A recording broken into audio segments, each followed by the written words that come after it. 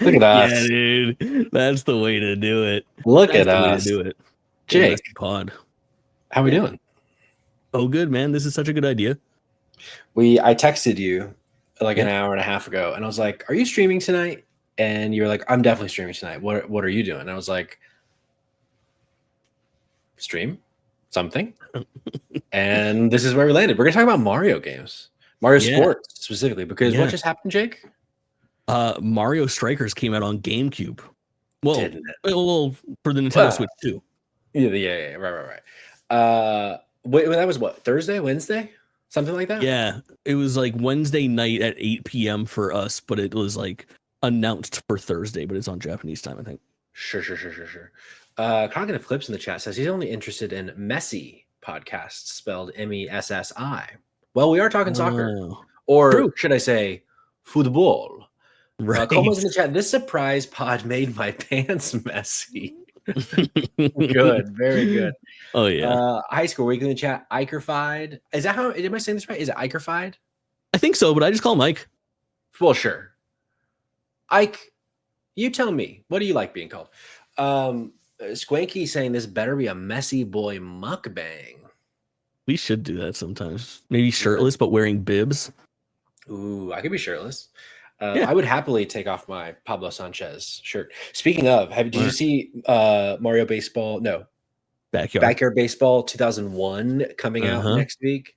That's whoever the one with all the grabbed the rights for these like remasters and stuff is churning and burning, baby. Yes, they're doing the also stuff. For sure. And also now, like when it first launched, when the original Backyard Baseball relaunched, it just launched on PC.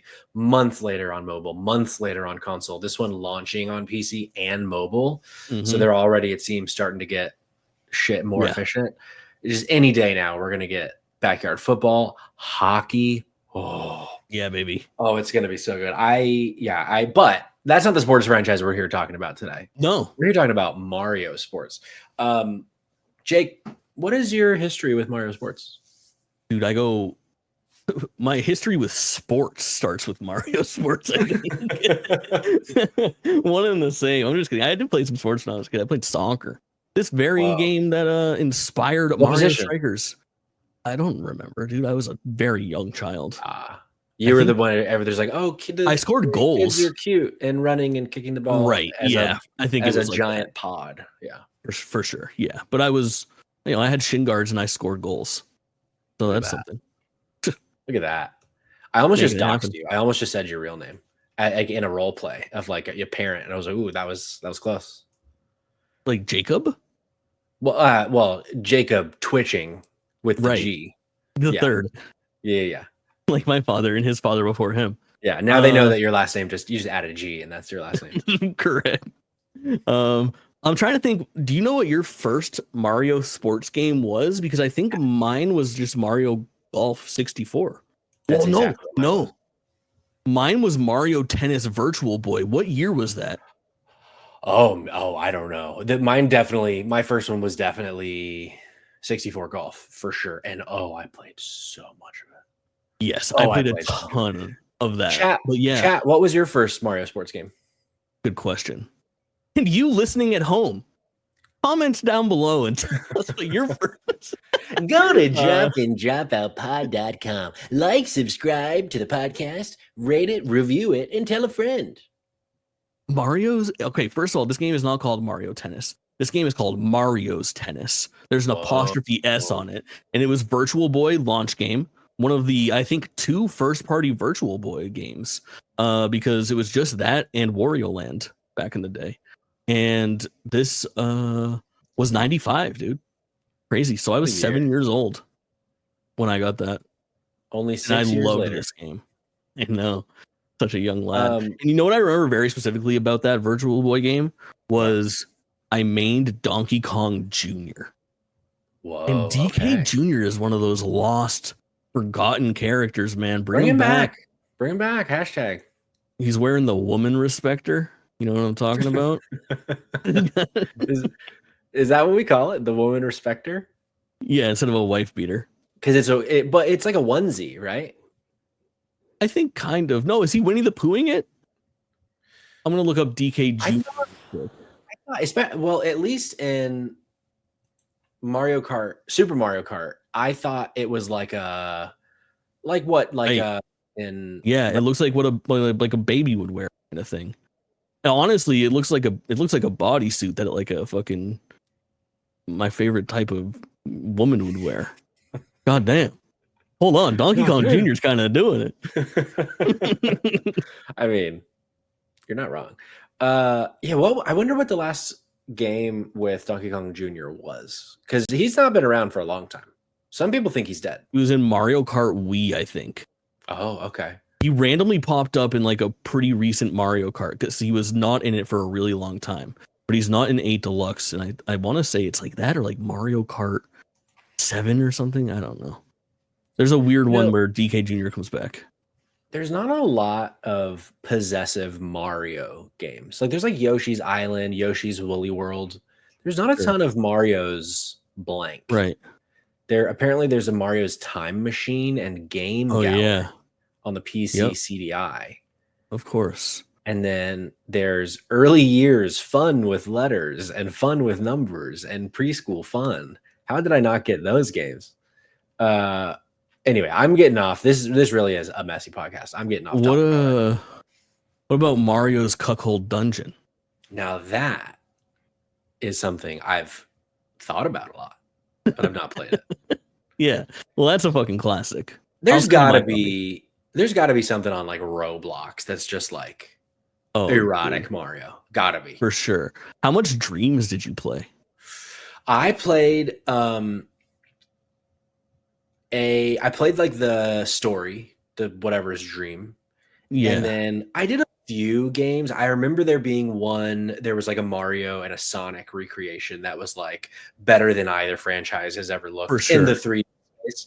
And then there was like a few other things. There was this weird like horror game that was built in there that was pretty cool. That was like, it did the Inscription thing, which is spoilers for Inscription, I guess, which you wouldn't have known unless I just told you that, where you can like step away from the thing and then there's like all this other stuff that you can do within this dream. Nice. Bullshit. Did you play much Dreams? I played a lot of Dreams, more than probably 99% of the world. We used to do this thing on stream where like we would just we go off topic all the time and we're talking about random ass fucking video games, and we'll just be like, we should see if there's any Dreams version of this game, and we would play these really shitty like Kingdom Hearts ripoffs and fucking insane Ratchet and Clank likes. Yeah. Do you ever play that Kaiju game that was kind of popular on there? Like a lot of people played that one. It was really good. It was almost like War of the Monsters in a lot of ways. Oh, that sounds cool. Really solid shit. Yeah, I love Dreams. I'm sad about that game still. Is it still online at all, or did they kill it totally? Yeah, but I think it's online, but no new content updates, not actively supported, and putting the pin in it. Like, I wish they just didn't even say anything. The way that they killed that game, there's like a wrong way to do this stuff. I guess it's honest and transparent if you're like, hey, by the way, we're not doing this game anymore, but you can still play it how it is. And it just like takes the wind out of everybody's sails. It's like, well, what am I going to practice to get good at like the toolkit that this game offers when I could just go and spend that time on like Fortnite's Unreal Engine and actually learn how to like make fucking games? So yeah, Sony has been horrible horrible fucking, what's the word I'm looking for, of Media Molecule. Yeah, fucking I don't know what I'm trying to say. They've kept them prisoner. What do you call a prisoner's keeper? Yeah, Media Molecule very much feels like Sony's ward, and they don't let them fucking do shit. For sure. For sure. Some people in the chat chiming in. Coal Mine's first was Mario and Sonic at the 2012 Olympic Games for the Wii. Nice. 2012. Let's see, 2010 was 2008 was Beijing. 2010 was Turin, Italy, maybe. 2012 Sochi. Maybe it was Sochi. Let's see. 2012. I used to know every fucking. No, 98 was Nagano. Yeah, 98 was definitely Nagano. 2012 Olympics. Oh, London. Come on, London. There was a Rio, right? Rio was maybe 2016. Rio would have been 2016. Yeah, because that was summer. Yeah, 2012 London. And then let's see. Cirrus says the NES game with the running pad thing. Do you know this? I don't know this. Oh my god, yeah. I mean, it kind of counts. I think it's is it track and field? No. What is the bundle? It was like there's another version of Mario Duck Hunt with a third game, which is really strange and very good. World class track meet with the power pad, I believe, is the name of it. Wow. Yeah, I'm not familiar with this. Yeah, this is like how a lot of them start, where like there was baseball for the NES and tennis for the NES, but they weren't Mario Baseball or Mario Tennis, but Mario was like the referee, so he was like sitting on the side watching the players play tennis and shit like that. But they're often included in like the Wikipedia pages, so you'll see like the first game is like, you know, NES baseball in or tennis, which was in fucking 1984, and then Mario's tennis for Virtual Boy in 95, and we don't get a proper Mario Tennis until 2000. Crazy. How weird. Cog says his first was Mario's Bussy on Game & Watch. I'm not familiar with that title. Interesting. But I would love to play it. Had that. Oh, Cognitive Clips makes a pretty good Mario watching from the side, you say? That's Mario's Cuckold Dungeon that we were talking about earlier. There we go. Wouldn't be the first time Mario was watching from the side. Correct. Also, Ike, Super Mario Strikers was his first. Oh, that's a good way to start. Yeah, mine definitely was Mario Golf on the 64. And we played so much, me and my brothers, especially the putt-putt mode. We played I barely remember so much putt-putt in Mario Golf. We would play normal like golf matches as well, or I guess you don't call them matches, rounds of golf. Sure. But there was a sauce in the putt-putt mode. I was so disappointed when the Switch version had no mini golf at all. Dude, I don't want to get too ahead of ourselves here, but that fucking Switch version of Mario Golf makes me want to punch children, dude. It's so bad. That is a game that I tried so hard to convince myself it was good. Mm-hmm. And I put a solid like 30 hours into that game. Like I played a lot of it and I kept trying to convince myself that was a good Mario game. And it was like, oh, you know what? Once they just add like a little bit more, this will be such a good Mario Golf. And then they never did. And that game blows. Yeah. It's really an unfortunate story. What do you say we run down? I have a Wikipedia page up, which I think is a fun way to kind of roll down this, and it's separated by like sport and franchise, and it has some kind of cool stuff down at the bottom too. You want to run down by like sport? I do. But before we do that, speaking of wards, have you ever given Wikipedia money? Yeah. Have you? I have, and I am their ward. They come to me every fucking 48 hours, it feels like, to be like, correct. Patrick, one time you gave us $20. Do you understand how important that is? 98% of Wikipedia's users never even consider giving us money. If we don't have people like you, we're gonna die. And they get so fucking dramatic about it. It is crazy. And they love to emphasize like, it sucks that I am punished for giving at one point. Like maybe you should go talk to the people that still haven't. There's 98% you could be attacking right now. Right. I am the 2%. Like, but they're always like, they like dangle it in your face. They're like, once upon a time, you were willing to help us. Yeah. What's wrong? Not anymore. Have we been doing bad, Jake? Like, no, dude, you guys are great. Like, dude, we're trying to fucking tear down the 2% in other realms, not in the Wikipedia donations. Come on. Right. Great. But let's go down by sport, Jake. Yeah, this stream brought to you by Wikipedia. Go to wikipedia.org for your verified correct information. Also, I'm pretty sure if you go to pornhub.com, that redirects to Wikipedia. You know what pornhub.com redirects to down here? Fucking government fucking statement that says, hey buddy, you gotta verify your fucking ID and tell us who you are if you want to see this. Me from my fucking incognito tab, like I'm about to go buy a fucking magazine like the Stone Age. I mean, hey, bring it back. A baby's got to do what a baby's got to do. Tommy Pickles once said. So true. Yep. You're so right. All right, talk to me. Baseball. We're gonna start with baseball, and we're gonna Yeah. skip the boring NES baseball game called Baseball from 1983. Come on, we're not playing that. What we are playing is Mario Superstar Baseball in 2005 on the GameCube. What do you think of this game? So this, I think, is my one blind spot of Mario Sports. As I look at images of it, it does like start to ring a bell. Mhm. I'm sure I played this game like once or twice at a Yes. friend's or a cousin's house or something, but I Yep. definitely never owned Mario Superstar Baseball. So you tell me about Mario Superstar Baseball, because if it's like any other sports game of Mario from that era, it was a fucking gem. Yeah, it's a banger. I also didn't own Mario Superstar Baseball, but I did own Mario Super Sluggers, which was 2008 Wii sequel, which was very fucking good. However, I think it's insane that in 2025 we haven't had a follow-up, because those games reviewed well and they were beloved. Like, I feel like when I talk to casual people about what their favorite like Mario sports game is, which is something that happens more often than you'd think for some reason. I don't know why. I get Mario Superstar Baseball for the GameCube a lot, more than I get Strikers Tennis or golf. Really? Yeah, I think the casuals loved that. Baseball is America's game, after all. Huge fucking audience for baseball. I wonder, the conspiracy theorist in me, I mean, not that Mario Baseball was ever tied to the MLB at all, but I wonder if there's something there somehow.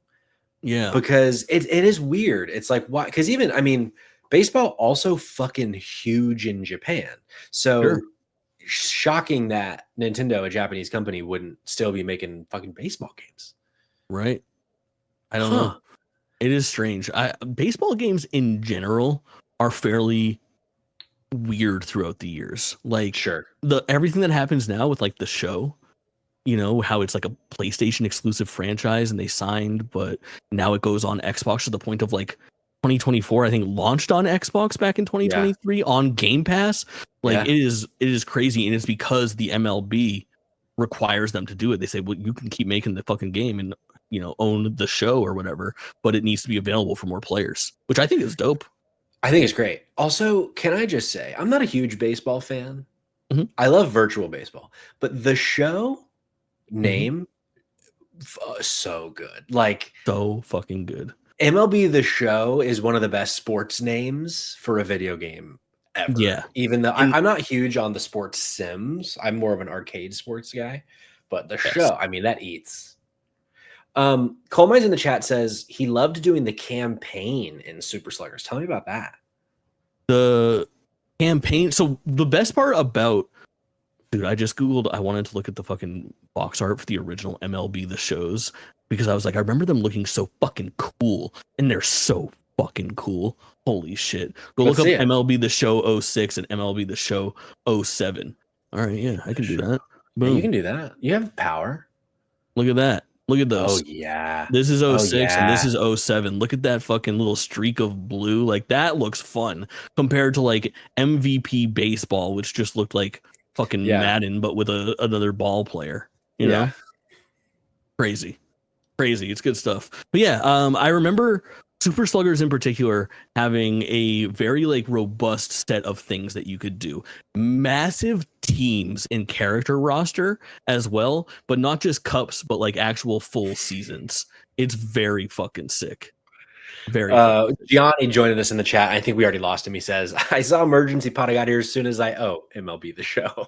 Yeah, welcome to our MLB The Showcast, a game which I have never in my life, in the apparently 20 years they've been making it, touched for a second. Yeah, I think I've maybe told this story on content before, but maybe I haven't. And around the time that we were playing a bunch of fucking Mario Golf, we also played Ken Griffey Jr. Baseball on either the N64 or the GameCube. And, you know, this is summer fucking 2003, 4, something like that. And probably earlier, actually.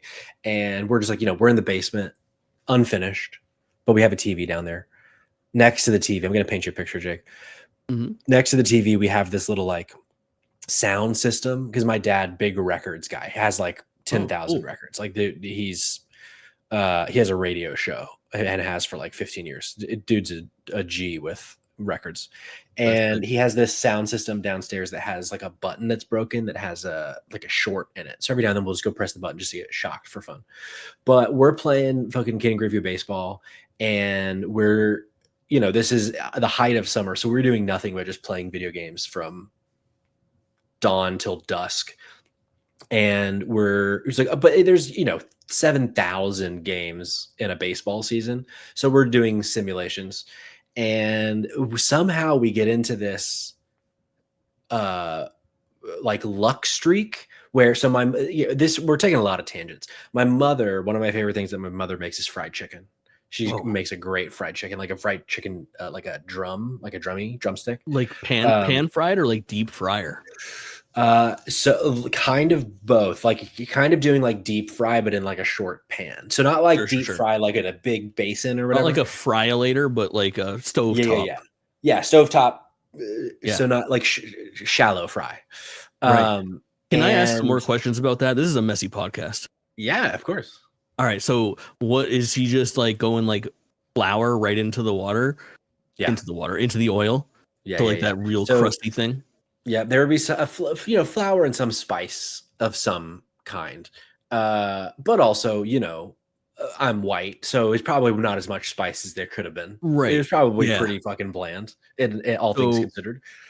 I am from a chicken cutlets family, because my parents are both from New York. My dad's from the Bronx. My mom's from Brooklyn, and their jam is like Italian food all the fucking time, and chicken cutlets with some seasoned 4C brand fucking breadcrumbs. Yeah. The egg mixture twice, once into the fucking flour, once into the breadcrumbs, and then pan fried to golden brown. And then like just like the most versatile thing. Like I was never like sure, like, all right, what do I want to do? Like I could do chicken parm with this. Some nights it would be chicken parm, and there'd be leftover cutlets that didn't have chicken parm. So I just have some of those, raw dog them with some barbecue sauce or yeah.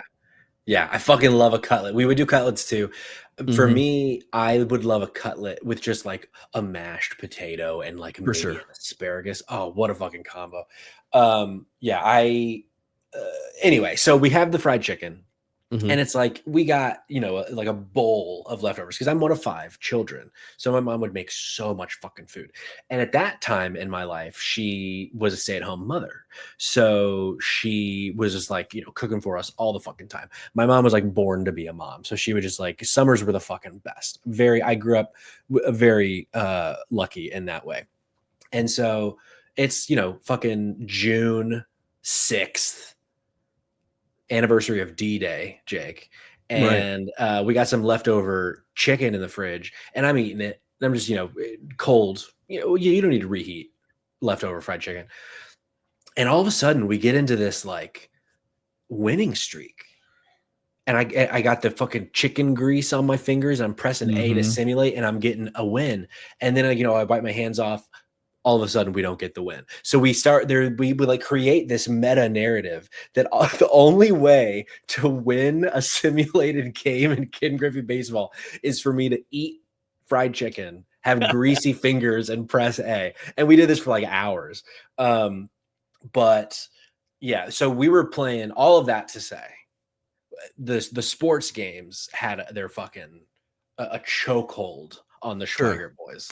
But so I'm so shocked that I never played Mario. Dude, it's tough. The thing about being like a Mario fan is I feel like it's really tough to have somebody that got everything. Like you kind of have to pick and choose your battles if you were a versatile gamer around that time. Like by this time, like PS2 is out. I'm starting to play other fucking franchises and get into like more adult type games, if you would say. Like there was never a time where I was out on Mario, but Mario did become less important to me before becoming really important to me once again and forever. Where like I was like, well, I just want to play like Lord of the Rings, The War in the North, like that kind of thing. Yeah. It's weird how there's just like specific sports titles, because I was never like a Madden every year guy or anything like that. But there just are sporadically throughout the years non-Mario sports games that have like really into like Madden 2006 with like the QB vision cone. Really into NBA courtside on the fucking Nintendo 64, the first one, Kobe Bryant's NBA courtside. Then the original NFL 2K on Dreamcast was unreal. Or how about, I mean, the whole 2K series in 2005, 2K5, they're football, hockey, basketball. They might have only done those three, but they were all 1999. Yes, and year. It was the last year because that's when Madden grabbed the fucking rights, because that NFL 2K5 with fucking Terrell Owens on the cover, dude, and the QB vision, the first person. Oh my god! And you had the house you could walk around. Holy fuck! That was, I remember so vividly, like when those three games came out, going to my mother, who, you know, which at the time video games were $49.99. For sure. But I could be like, Mom, we can get 2 new sports games for less than the price of one. For $10 extra, we get a third one. Can we please get all 3? And she was like, wait, that's a great deal. Yes, let's go buy all 3. I was like, let's go. At this point, she knows the value of that. Like, that's as someone who's footing the bill on these fucking $50 games all the time. Exactly. Like, fuck, like these kids will shut the fuck up. Meanwhile, she just spent fucking $49.99 on Gauntlet Dark Legacy, which is a great fucking game. But now we get 3 different sports games. Yeah, because especially at that time, like a sports game would feed us for a long time with because all 3 of us, we were playing sports at the time. We were fucking sports fiends, so a sports game had severe legs. We have some new folks in the chat. We got Turok Forever, we got D Guns, we got Gianni. For you 3, we're coming in late. What was your first Mario sports game? And then also be thinking about what's your favorite. It might be your first. D Guns also mentions, oh, sorry, D Guns, suck it. NBA Street Volume 2, best sports game ever. I was just gonna say, like, arcadey sports games like that happened to me at like the same time, where I just hit the ground running and I was like, oh, this is what I want. This doesn't need to be realistic at all. And I probably agree with that. NBA Street Volume 2 is maybe the best sports game of all time. It's so good. It's fucking great. Also, Mikey Riot in the chat, if you have a favorite Mario sports game. Right. Okay. D-Guns. Some of the Mario sports games are some of the best Nintendo games for real, though. Strikers and baseball and tennis are so good. Agreed. Big, huge time. Agree. And then Colemine says, because we're going off topic a lot here. Colemine says, speaking of sports games, I'm really excited for College Football 26. Comes out on my birthday. Nice birthday gift for myself. Love to see that. Now that we know your birthday, Colemines, what are those pesky 3 digits on the back of your credit card? Yeah, for sure. We're one step closer to stealing your identity. Now, we were talking about baseball, but I was just thinking about some non-traditional stuff too, because Ike says Diddy Kong Racing, and in looking at Mario sports games, I stumbled onto some Reddit threads that were like arguing the validity of Mario Kart being in this category of like, should Mario Kart be considered? And I think the general consensus is like Mario Kart is too big to be lumped in, where I don't think like any of these, depending on how much you think like golf or maybe tennis would run away with this, really like separate themselves too much from the pack. I would say like Sluggers is like the low man on the totem pole probably, as far as just 2 entries in the series. But for the most part, Mario Kart is such a storied like franchise on its own that I feel like we don't need to. It's an institution. Like Mario Kart is so fucking big. I feel like when you think about like the pillars, I feel like it's 3D Mario, 2D Mario, Smash, Kart, party, sports. Like sports is its own thing. Like, and Kart being its own thing too. Whole dungeon. Yes. Correct. Yes. So Sluggers, baseball, whatever it's called, what that was on 64.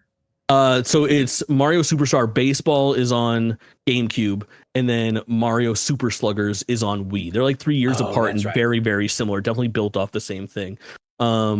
What a good fucking transition, because Dude Cool is here and says loved the first Mario Tennis on 64. And this is where things are going to get very interesting, because there's some real special shit to me on tennis. So we're going to skip over tennis on 1984's NES, and we'll talk about Mario's Tennis for the Virtual Boy, which I kind of already touched on. I really liked that. That was absolutely the game that got most of my Virtual Boy attention. back in the day outside of Wario Land, but I played a lot of Mario's Tennis, and it was novel to me because they hadn't had a tennis game yet. But the true Mario Tennis comes out in 2000 for the Nintendo 64, and Yes. I banged this motherfucking game. Now, Bro.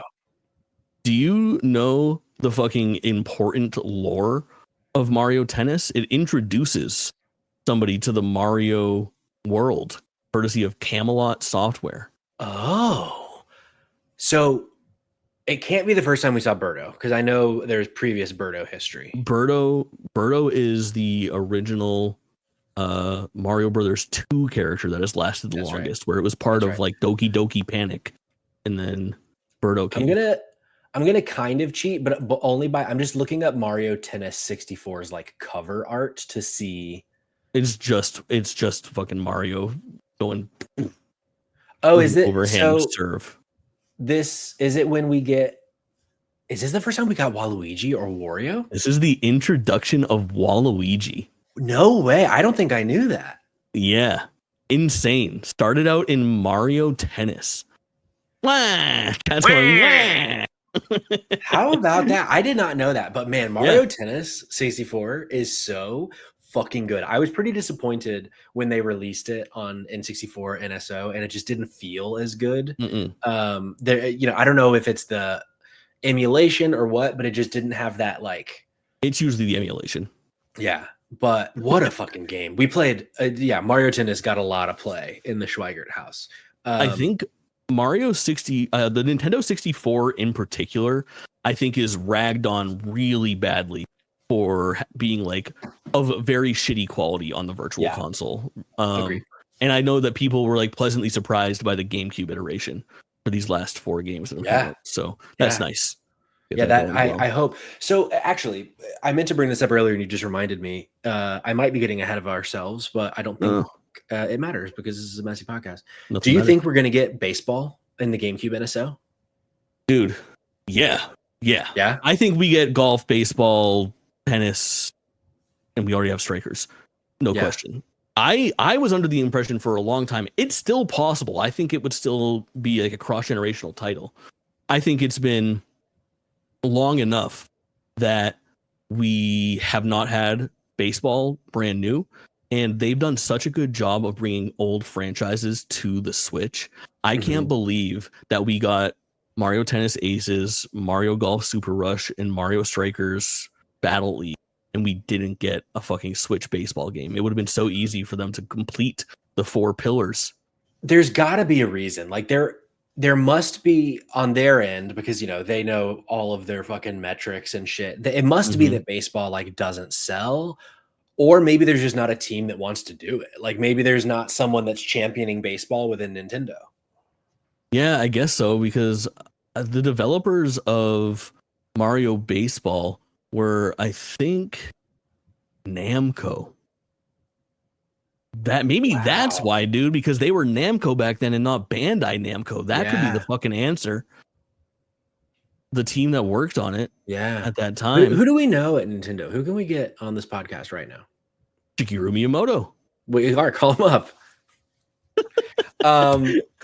We have a few some other folks joining us. Heroic Headgear. What's your favorite Mario sports game? Let us know. D-Gun's also saying the intro cinematics to the sports games were so great too. Always watch them on repeat. Oh yeah.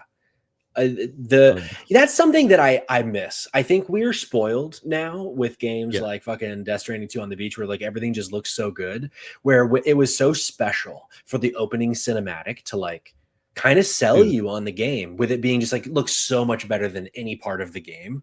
Bring that back. This is a messy podcast because I'm about to go so far off topic. Yeah, we're going inside baseball, for lack of a better term here. Last night I was streaming, and at 2:30 in the morning, Patrick Schweigert entered my chat and said, "Pokemon the first movie's on YouTube, just saying." So I immediately just put on Pokemon the first movie, and we watched the entire thing.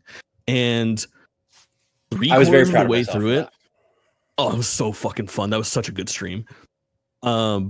Like three-quarters of the way through it, I think Ike in chat right now is the one who brought up something about a remake. I was like, what do you mean a fucking remake? He's like, yeah, in like 2020, Netflix did a remake of Mewtwo Strikes Back, a fucking Pokemon movie. And it's like What? it's like a 3D computer animated, like it is one of the coolest visual representations of Pokemon that I've ever seen. And I haven't watched the actual movie itself, but just watching like a modern cut trailer of the Mewtwo Strikes Back fucking story, Pokemon the first movie, goes so incredibly fucking hard. It was unbelievable. But it is to say that you're so right. We are so fucking spoiled by like modern visuals with games that there was something that was so fucking awesome about having the original like cast shown doing these wacky fucking things. Like, Yeah.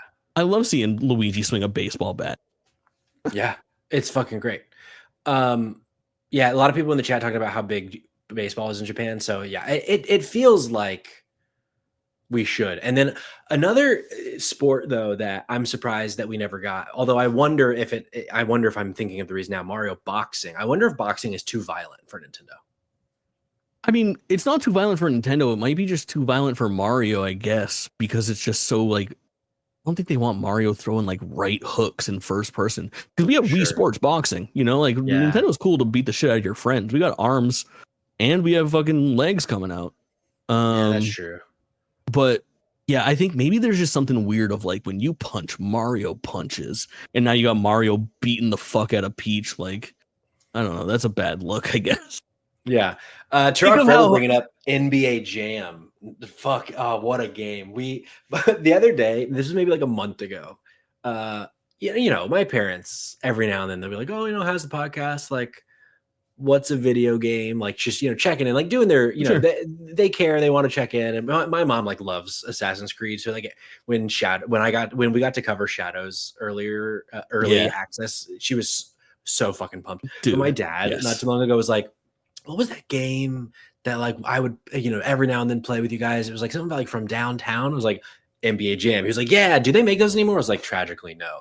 Fucking bring back NBA Jam, dude. Dude, how do these people not want to fucking make money? Like, talk about a game that doesn't need to be AAA in like budget or scope. Like, you can just literally get a fucking indie studio that has talent and say, replicate this. We have the license. You can just literally rip it off. I bet it's that people aren't asking, and not people as in the consumer, people as in creatives. I bet someone hasn't gone to NBA and been like, I have a pitch to make NBA Jam for $500,000. Right, exactly. No, instead you have a fucking $3 million pitch for fucking Mina the Hollower. And you almost just made me choke on my water. Yeah. It's fucking insane, dude. Yeah. Like, make video games fun again. No, we're not doing make blank again jokes here. Coal Mines does, no, yeah, for sure. Coal Mines does make a good point. I fear NBA Jam doesn't lend itself well to microtransactions, so 2K nor the NBA will want to make it. That's not a bad idea. 2K, fire me right now. Big head mode, but it's a microtransaction. You want it? Use one of your fucking jam tokens, 25 cents a pop, dude. Yeah. I'm gonna be popping 2 of those every single time. Big heads for me and the homies this match. I would love that. I think we can do it. I think so too. Also, there was a knockoff on Switch. It's called like NBA 2K Playground, maybe. Playgrounds. Yeah. Yeah. And that's pretty fun. It's not the same, but it's pretty fun.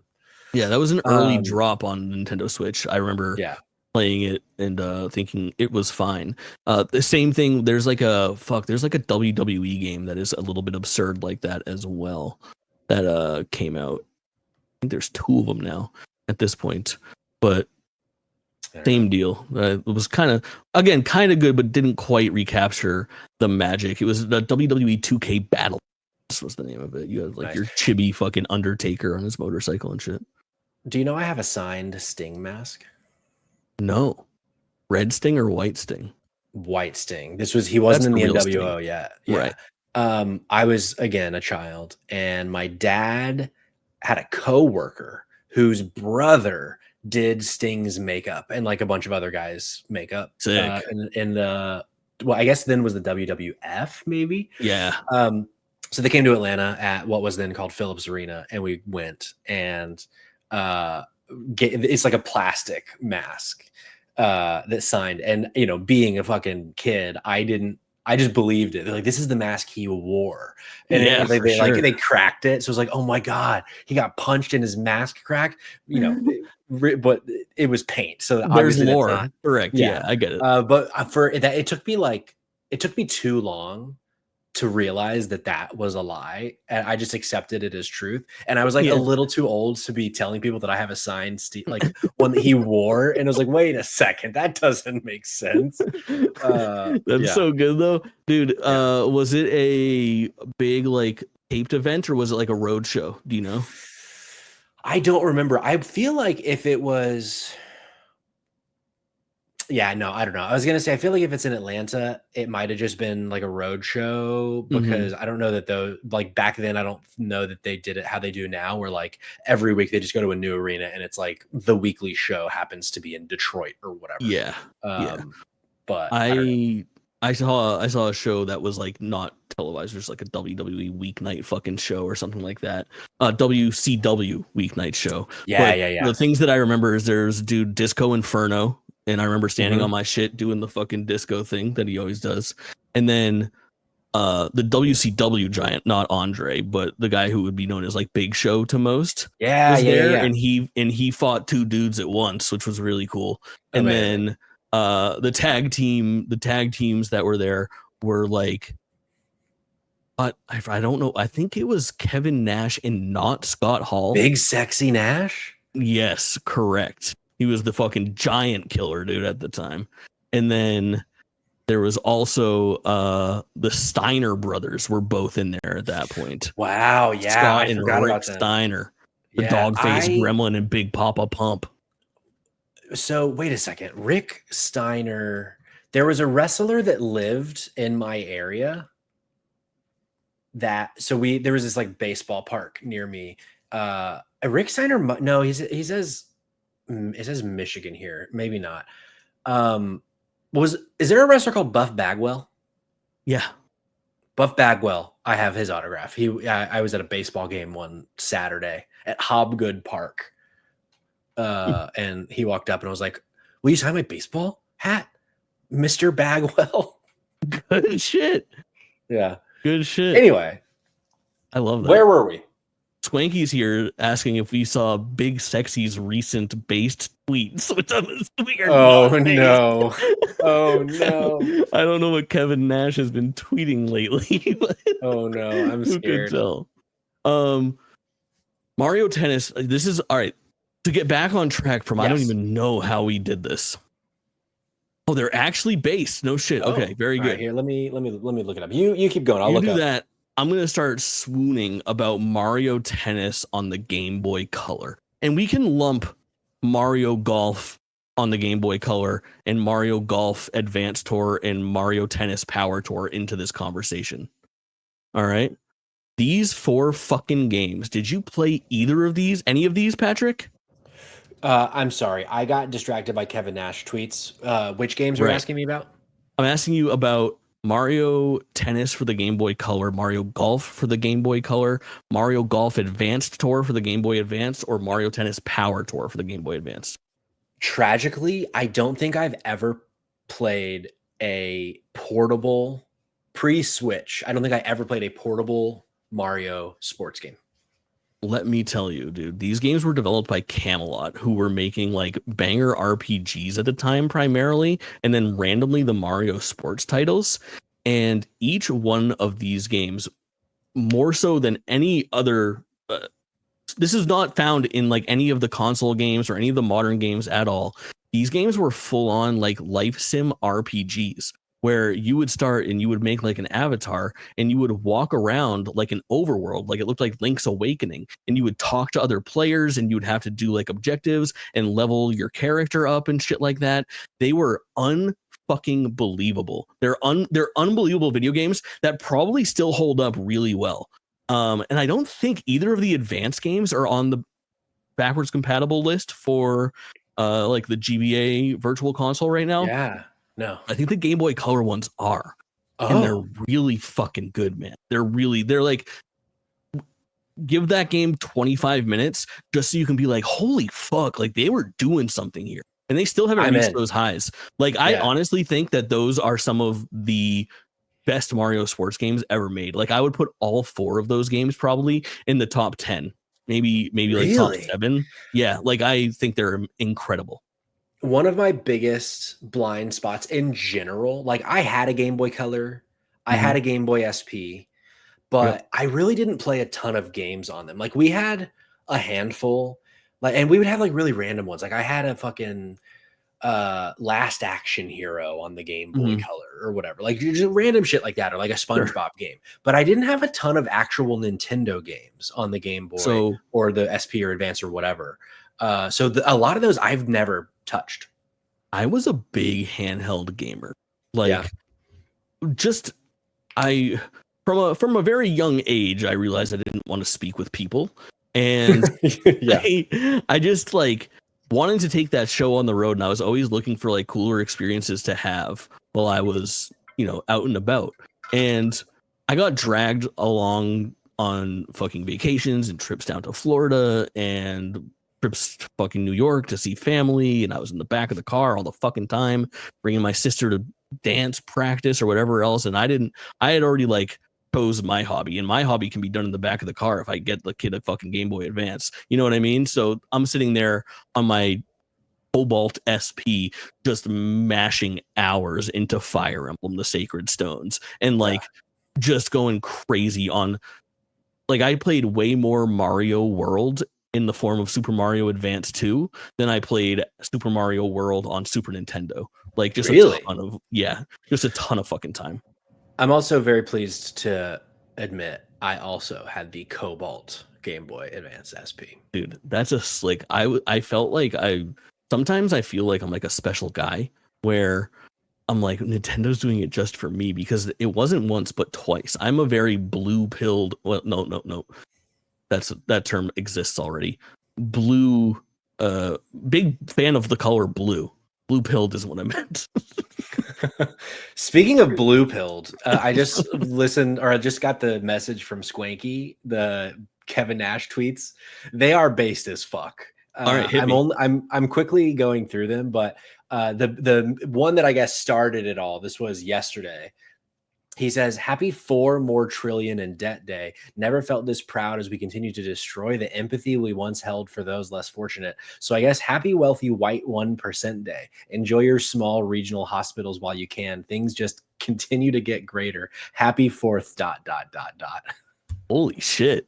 Yeah. Based And as then fuck. base as fuck. And then people start like trying to Oh yeah. tear him down for it, and he's just handing it to him. It's great.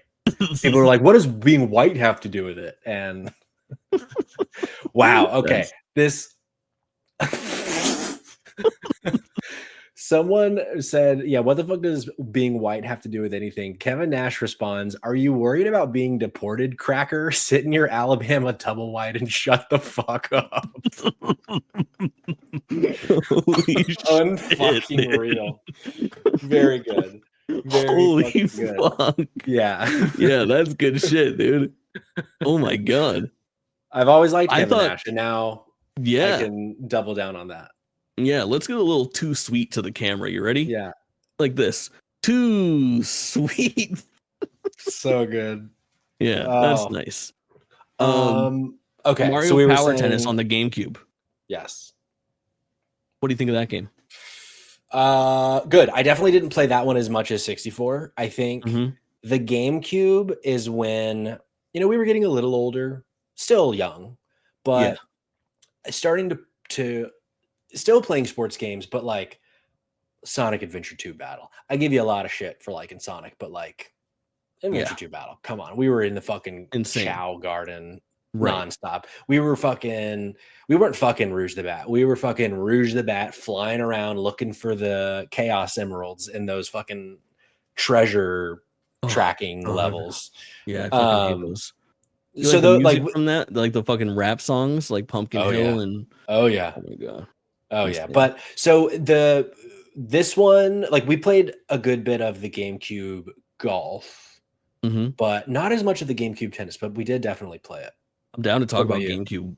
GameCube Golf because Yeah. I played a fucking lot of Mario Tennis, but what I remember is didn't get a chance to like get in my bag with that because I want to say, what year did Mario Golf come out? Toadstool Tour. If we're about to get to it, Toadstool Tour might be the game that I've played the most. Really? Yeah. So that Out of was all of Digital them. Tour was July 2003. July 2003, and I think it Are was we like gonna do a fucking? I know we needs to be on NSO. I was gonna say, are we gonna do an anniversary stream on two. July 29th? But we would have to break out the GameCube for that. True. Mario Power Tennis doesn't come out until November of 2004. And if you remember correctly, console generations back then were like 5 years old, 5 years Right. long. And I remember Mario Power Tennis being good. And then also, before I fucking knew it, I was playing Wii Sports. And I never Oh, like sure. fucking Mario Tennis again. But I Because Wii really Sports liked would have Mario been Power what the Tennis. next year? I think it's 2005? 2006. 6. Okay.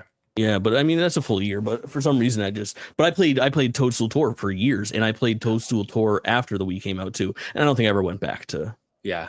Power Tennis. God, yeah, But we played a lot of Toadstool Tour because we of all the Mario sports games, golf was the one that stuck with us the Mhm. most. Like that, we played that the most and the most often. yeah, my buddies and I had a really good time with Toadstool Tour.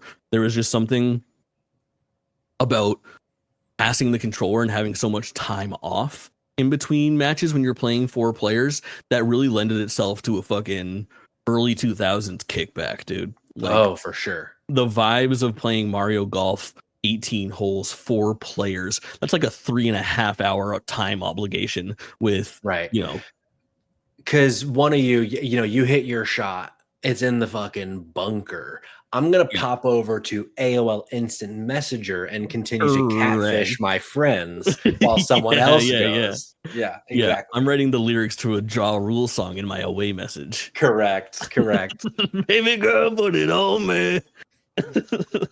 Would you ever do the thing where I don't remember how it worked, but you would create a link, and if someone clicked it, it would make them go away with a custom away message? Did you ever do this? Oh no, I don't think I ever did that. That's fucking rotten. It was diabolical, and we would say things that I wouldn't repeat on this podcast or in public at all these days. I'm No. sure.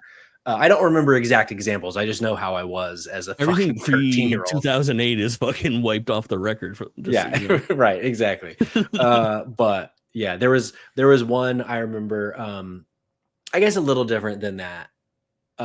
Someone had sent my brother a link, and it didn't do an away message, or actually, it might have done an away message, but it had a link that if you would click the link, if your speakers were on, it would just yell, "I'm looking at gay porn. I'm looking at gay porn." Okay, so that is definitely something that we did. I remember for a little while when you had to like put a link. Dude, the internet was so weird where like you couldn't just copy and paste a link and make it clickable. You had to hit like the URL button on AIM and then give it like a title and then paste the link, and that would make it Yeah. clickable, almost like it was like an attachment. And I remember the old age of like sending somebody the link with like a title that's like Zelda review, and then you would put in like tubgirl.com. You ever seen Tub Girl? I know Tub Girl. Yeah. Exactly. Yeah. And then all of a sudden, you're on the family computer and you open up tubgirl.com. Can I tell a story from college that involves a different Tub Girl? Of course. It's just the words tub and girl combined. So in college, my degree is theater performance, or theater and performance studies. So part of it was like learning to be a fucking actor, but then part of it was also like the scholarly side of theater and that kind of thing. And so part of it was one of your like mandatory classes or required classes to graduate with the degree. You had a choice between performing culture, which is like studying performance within culture and like cultural things, or performance art, which if you know performance art is like the fucking weird, cringy, crazy performance art shit that people do. And so I did performance art because I don't remember why, but me and Rose both did a performance art class, and so we would have to like do our own performance art pieces and shit, and like come up with these like topics to spark discussion. And I won't use any names, but there was a girl in our class who did a performance art piece where she came into class and had covered all of her skin in something that could be peeled. I think of like when we were kids and we put like glue on our finger, but Oh, like at like a massive scale where it was like her whole body. whoa. And she got into this like tub and started peeling all of her skin off. Oh, And there was a moment where not the professor, but a professor, because no one wanted to be watching this, Jake, right. just took his glasses off, and everyone knew that this particular professor just can't see without his glasses. And my wife goes, "If I'm watching this, you're fucking watching this. Put those glasses back on." That's very good. Would you like to hear a story about a tub girl that I know? Sure. Okay, this is insane. It's also a homie of mine. So she streams. Long time people are gonna know exactly what I'm talking about.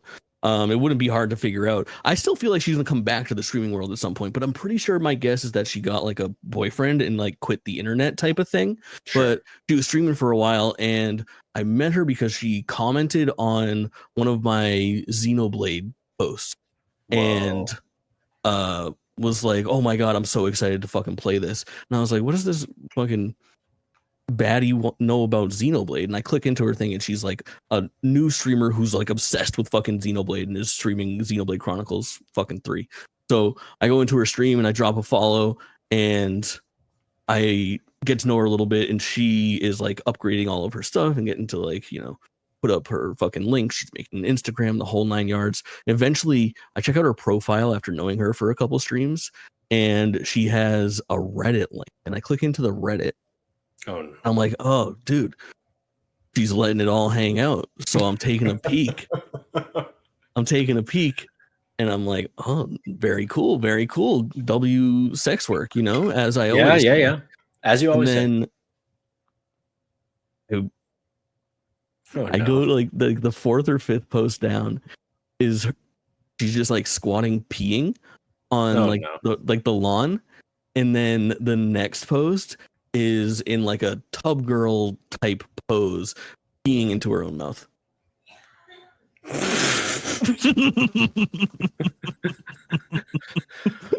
Wow.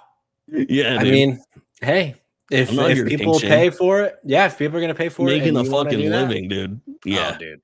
Yeah, for sure. Crazy. Wow. So Mario Golf Toadstool Tour. Right. Yeah. Absolutely. Mario Golf Toadstool Tour. When I had some like revisionist history stuff going on, Jackal in chat just says, "Gee, am I thirsty?" We got the best community on Twitch for sure. Colemine says, also, "I liked it better 50 seconds ago when I didn't hear that story." Yeah. One of my favorite things that I think it's him and Noah used to do a version of this all the time, like a horrible day for eyes or a horrible day to be able to see or read. Right, for sure. What a terrible day to be literate is very good. What a terrible day to have hearing is what is saying. It's very good. And then okay, so go ahead.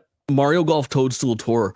For some reason, when I thought about it, when Mario 64 came to the N64 whatever, backwards compatible. Dude, I always fuck up this term, and I fucked it up multiple times during this. We need to talk about it. Okay. Virtual console is not a current Nintendo term. There is no virtual console. Correct. But I never know how to phrase it. What the fuck is it called? Switch Online? I call it NSO, Nintendo Switch Online. So it's just on the Nintendo Switch Online? Like, it sounds so obtuse if you unabbreviate it. Yeah, I mean, because you're right. It's not virtual console, which they should have. I don't know why they didn't just rebrand it. It's a great fucking, like, we know it from the Wii. It's so just good. Do it again. Yeah. But yeah, my Switch isn't within arm's reach, so I can't look. But yeah, but when the Mario Golf 64 came to the Nintendo NSO, hated. No, it sounds wrong. We got to figure something else. I was alarmed that it didn't have, to me, the most important feature of Mario Golf, Toadstool Tour. I just thought that existed, but it didn't back then. And it is the grid with the moving lines to show you like is it topography? Is that what you would call that? Where it has like the I flowing think so. lines of wait, like wait, hold on. You're saying that didn't exist then? on Mario Golf 64, that didn't have it. It definitely did. At least in the putt-putt. Maybe. I feel like unless you have to turn it on or something, I didn't fucking have it. I tried playing that game. I streamed it for a good couple hours. I put on a fucking collared shirt and wore a Nike hat, dude. The things you'd never see. Am I? I'm telling you, I was in your boat, but I could be wrong. I am an adult idiot, but I'm pretty sure that there was no fucking lines on the Nintendo 64 version. It wasn't until Toadstool Tour that came about. And you know what I'm talking about? Like it's like a grid. Oh yeah, I know things exactly will speed up or go slow depending on like the curvature. It's a classic. It's a fucking classic. 64 gameplay. Yeah. Original. No, don't look this up. We have a chat for this. Chat. Yeah. Sure. If you can confirm, if Mario Golf did or did not have those lines when putting, we'll VIP you for a week. For a week. I don't know that we have any VIPs on Dido yet. We do. We have 3. We have 3 on Dido. We have the nice gentleman that made our music, intro, and artwork. Is this what you're referring to? I don't know. Oh my god. They don't move though. They don't move. What do you mean they don't move? Oh. They're supposed to fucking move. Like that? But are they all in the same direction? Are they all in the same direction? I don't know. Give me a more advanced course. Show me a more advanced putt. Let's see. Where the curvature is weird because I feel like it doesn't work the same way. Here we go. Yeah, see, this is not it. You see what I'm saying? Like, bring up Toadstool Tour now. All right. Mario Golf Toadstool Tour. Long play. Long play. Golf. Love a long play. Camelot. Sorry, I did the voice. Yeah. Wait, hold on. Yes. I see. Now, that's what it's supposed to look like. Okay. With the falling lines. Sure. This is prime time.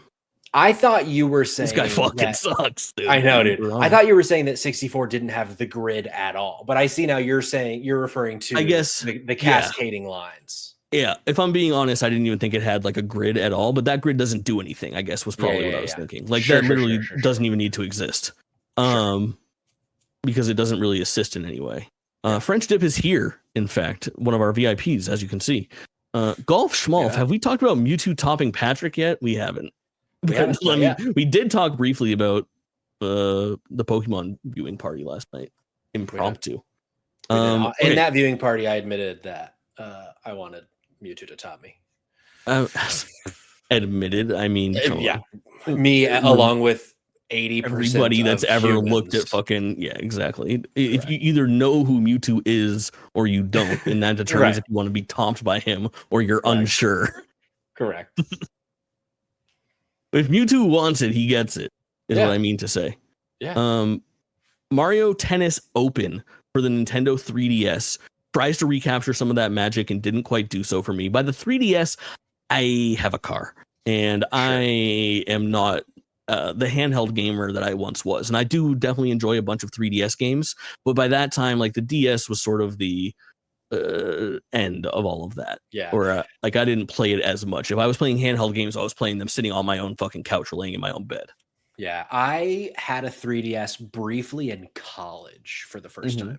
And then I played I played Ocarina 3D. I played like a handful of 3D games and then I sold it because I wasn't touching it enough. Yeah. And then I just got another, like maybe a year and a half or 2 years ago, I got a 3DS again. So 3DS is one of, I've missed a lot of 3DS. How'd you end up with a 3DS aftermarket?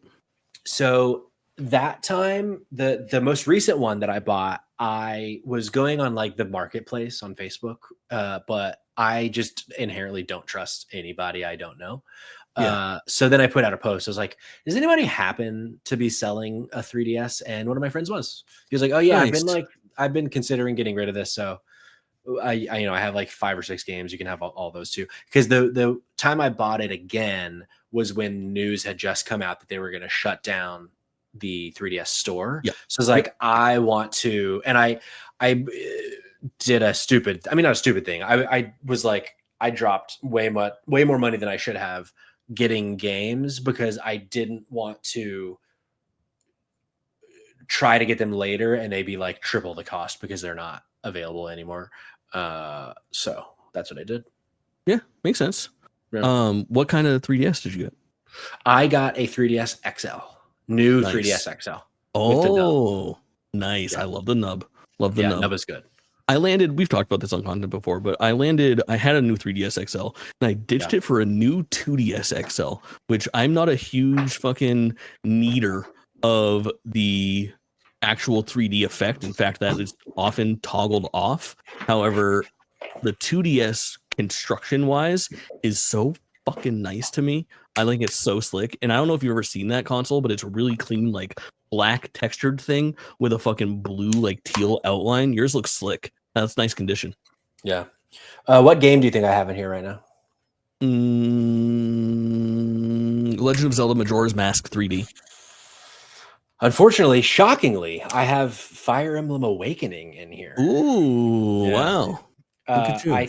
I booted it up at some point within the last few months because I was like, I wonder if this might like grab me right now.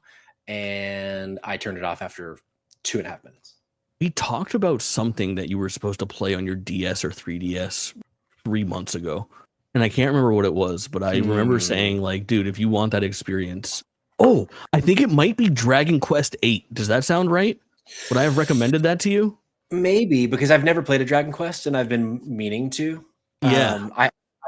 I'm considering picking up HD 2D for my trip next week because it's on sale right now. Don't buy fucking Dragon Quest 11S. It's way better. You'll have the time of your fucking life. Patrick, you will not dislike it. Which one? Dragon Quest 11. 11. Is the most recent. Yeah, there's like a definitive edition, like Dragon Quest 11S. It's oftentimes on sale as well. Great fucking Switch game. Portable game. I think this is the one that came in platinumed. Yes, we both really love that fucking game. Yeah. Okay. Yep, we've bonded over that for sure.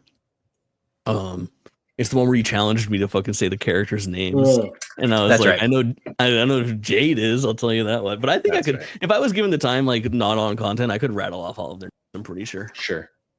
But yeah, dude. Oh my god, Dragon Quest 11. I think Dragon Quest 3 HD 2D is fine. I've got the signed thing from the whole team that worked on that. As I say, don't buy it. No, what I probably am actually gonna play is fucking Flying Fairy. Nah. No? Dragon Quest 11. Okay. I'm telling you, if you want a good RPG that will translate well to mobile, but also you won't feel like you're playing something like old school. Dude, it is the most. I've gone on record so many times about this fucking game, but like it is the best combination of new school technology and quality of life, but old school mechanics and foundations. Okay, that's good to know. Yeah, because I finished Fantasy Life I. Yeah, and I'm gonna want something, and like I've considered. JK Games doing their book club with Tears of the Kingdom. I was like, maybe I'll actually try to do Tears of the Kingdom, but I don't know that I will. Like, actually, I don't think it'll grab me. Yeah. I think it's too soon for that game to grab me again. I'm gonna try, but also that'll like burn the battery. For sure. And so I am gonna try, but I don't know. And I very, very briefly played some Lost in Random yesterday, and that didn't. I don't know that that's gonna grab me either. And I've just like kind of jumping around about these games that I've gotten recently to figure out like what am I gonna want to play? Because also, I mean, Tony Hawk, I pre-ordered that for Switch. 3 and 4. So that also might be what I spend most of my time doing. But I don't know if the demo is still available. Yes, it is. Okay, Dragon Quest S on the Switch has the most generous demo ever. It's like 8 hours long and save progress transfers. So you could play like basically to your heart's content, and then when you land, if you want to keep it going, fucking pull the trigger. It's really, that's really good. interesting. Yeah. Dragon Quest 11S. Unfucking believable. We're so off topic right now, but I don't care. No. Legacy of Kain Soul Reaver. Oh, is that worth playing? No. If you have nostalgia for it, yeah. I've never played either, is the thing. I don't think you're going to get into that game and be like, God, this is the thing for me right now. Like, you'll enjoy an hour and a half with that game, but I doubt you find something to like really latch onto in that collection. I was in the same boat as you. I think when they put out Legacy of Kain Defiance, that one speaks to me a lot because it's like a 360 jank game. Okay. But yeah, I think those games are good. Okay. Great. Yeah. Same thing with Blood Omen. That was on sale. The eShop had a great sale recently, and I got a few things, and that was one of them because it was like 60 or 70% off or something. I forget what it was exactly, but I was like, oh, this is. You should. I'll pick this up. I think you should play them. Like, at least give them a try. I just don't see you getting more than like a few hours in. But I think if you don't have it at all, it'd be nice to get a base code of what those games are like. Friendship in the chat says, if you play DQ11, I'll pick it back up. I put in an hour a few weeks ago and need the excuse to give it more attention. Oh, it's really is there any sort of like online, like not like co-op, but like where if someone else is playing, you can like share shit or anything? I don't think so. There might be, but if there is, it's bad and not really useful. I don't think. Sure. But no, for the most part, no. Oh, Moose is here and says Uma Masume Pretty Derby is the greatest game ever made. Have you heard about this? No. I watched the trailer. I posted the short of it. It's like these anime girls. It's a mobile game. I think it's a gacha game, but they're anime girls that are horse girls, and they're not shaped like horses. I think they're just like anime girls with ears, and they fucking burst out of a gate like a horse race, and they're just on foot hauling ass, dude, with anime powers around in a circle, and you're like betting on who's gonna win and training your horse girl. It's unbelievable, dude. It's taking the world by storm. So when you play, is it like no idea? No, okay. All I've done is watch the 1 minute trailer, and I'm like, oh shit, that's fucking sick. The trailer's insane. We didn't watch it in low quality. Let's watch it in low quality. That's all right. Yeah, I have a 30-second trailer pulled up. Does that sound right? I don't know. Is it like a launch trailer? Official trailer faster than anyone is what they call it. I got the official launch. I got the launch trailer. I'm gonna share this. You go. With no audio. I'm just gonna let you take a peek at what we're getting into here, you know. I think it's important for you to see a little bit of this type of thing. So these are the shorties: Rice Shower, Brass Wonder, Simbali Rudolph, Super Creek. Wow. You know? And then the gates open and they're just running, dude. Isn't that unreal? They're just running around in the fucking circle. And you train up your anime girls. This is crazy. Says you got a stable of horse girls and you train them. Ripping stories, but wait for this. Wait for the last tag. If you win, if you do really good in the game, and you win your races, then the girls are able to star, of course, in their own vibrant concerts. As long as it's only a concert. Right. It is. Pretty cool. Oh boy. Pretty cool, he says. Apparently very popular game. Very popular game. Okay. That's one of the things that I can't play on an airplane, because if anyone around me happens to see what I'm playing, I will be reported to the local fucking authorities. Yeah, for sure. Moose says they played it for like 4 hours or 5 hours today. I love that. Let's talk about Mario Tennis Ultra Smash. Yes. For the Wii U, dude, 2015.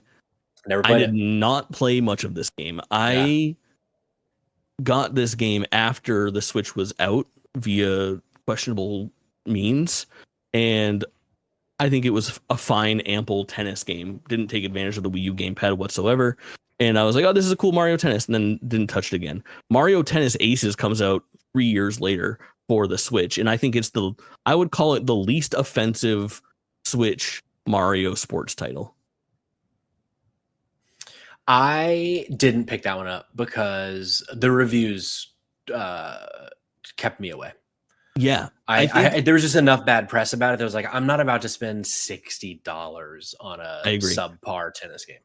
And still, I think I picked it up when it was like $41.99 on one of those 33% off or 30% off sales that Nintendo always likes to do. And it is a good game to have installed locally on your Switch, where that game doesn't have a very robust like progression system or anything like that. But if you just want to do a couple games of tennis as your favorite Mario characters, it's a great one to have installed. Better than Strikers, better than golf, you know? Yeah. I do have to tip my cap to High School Weekly. He says subpar is golf, not tennis, Patrick. He got me. Oh, yeah, you're right. You're right. That's a par joke. That brings us up to date on tennis. Now, golf, we've talked about quite a bit of it.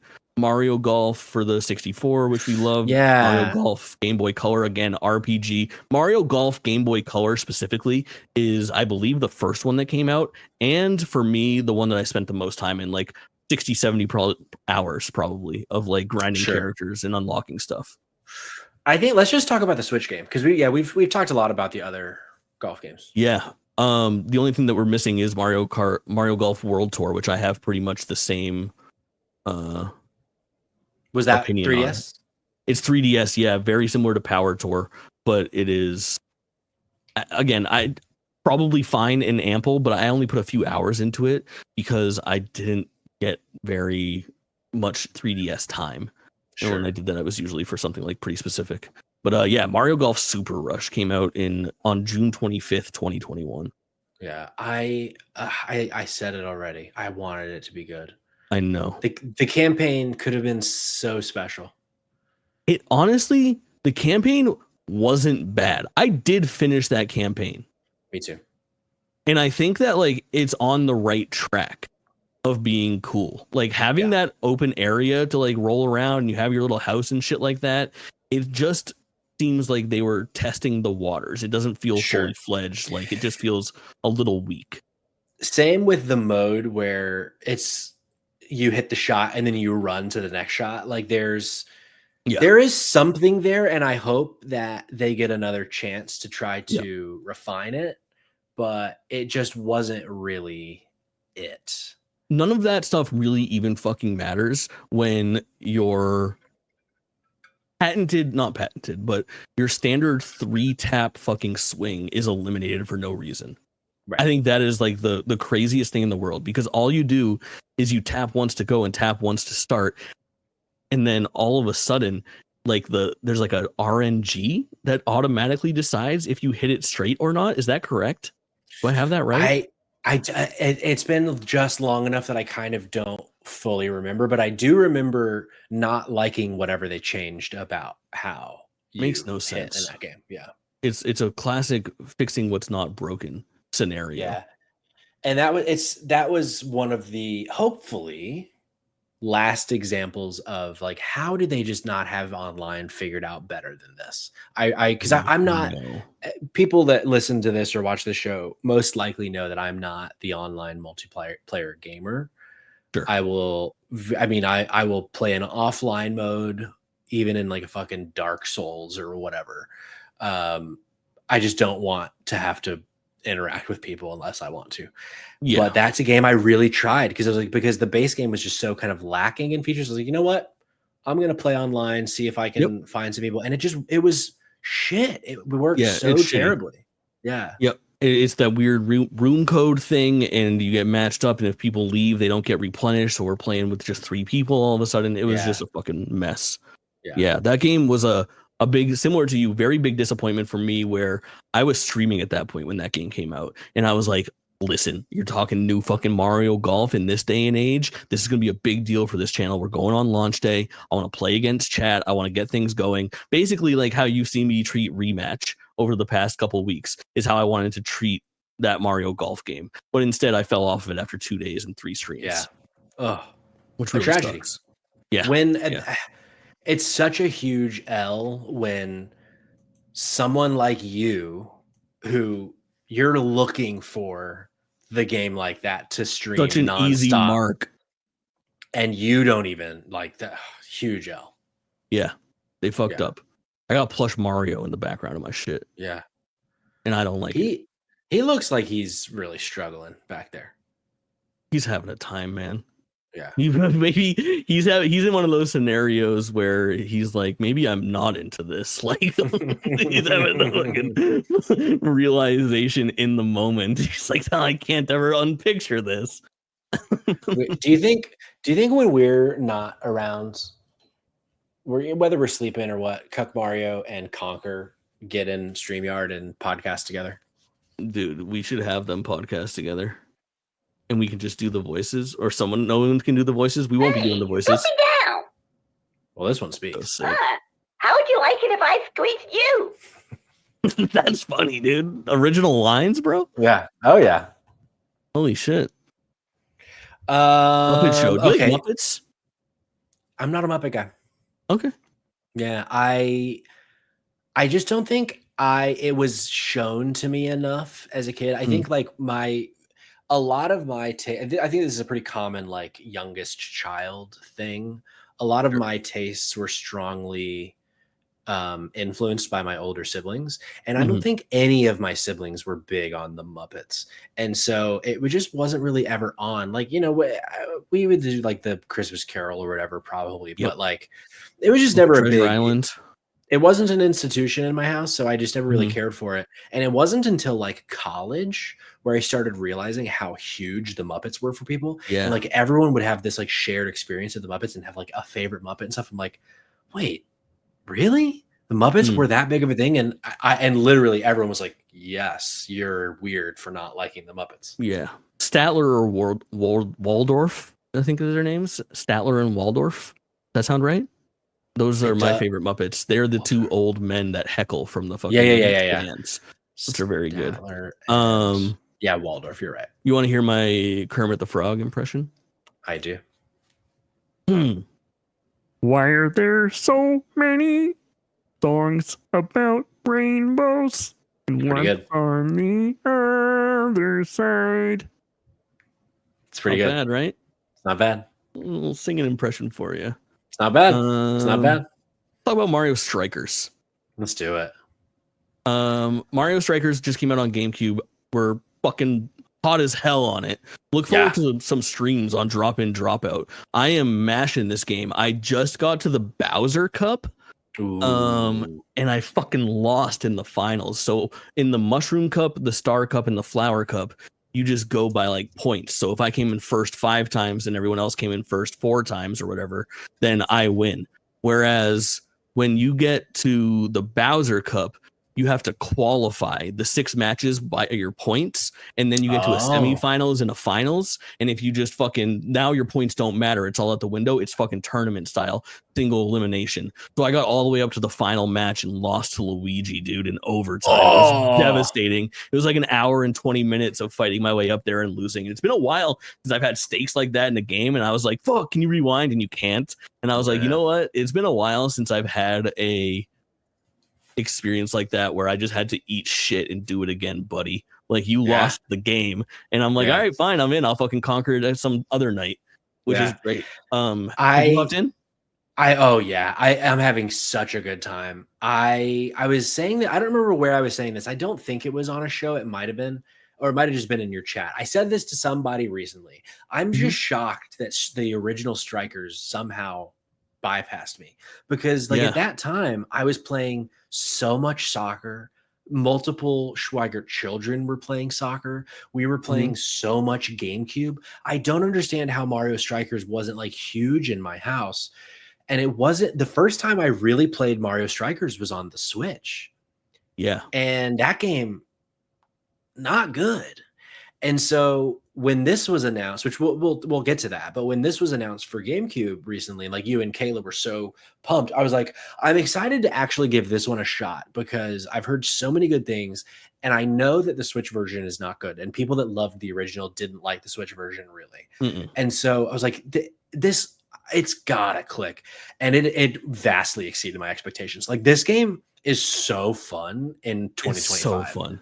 It is pure arcadey goodness. Like it is maybe one of the in a franchise full of satisfying feelings, like long jumping with fucking Mario or jumping off of Cappy. Maybe the most satisfying feeling in the world is just smash checking your opponent into an electrified fucking wall in Mario Strikers. The impact is so good. It's ridiculous. It's crazy how fast that game devolves into just it's NHL hits, really. It's NFL Blitz. Like it is a game centered around violence. For sure. That I think is a huge missing piece of the Switch version is that it doesn't lean into just beat the shit out of your opponent to then have an opening down the pitch, Jake. The pitch. To bury one in the back of the net. And because it's so it's so fast because like you take out the whole team and you think you have so much time and space, but then before you know it, you're getting fucking smashed by someone on the other. It really is just about like who can have the perfect timing line up at the right moment. Yeah, and it's such a fun such gamble, a good gameplay dude. Yeah. It's so strong, and the customizable time frames. I feel like a match never overstays its welcome.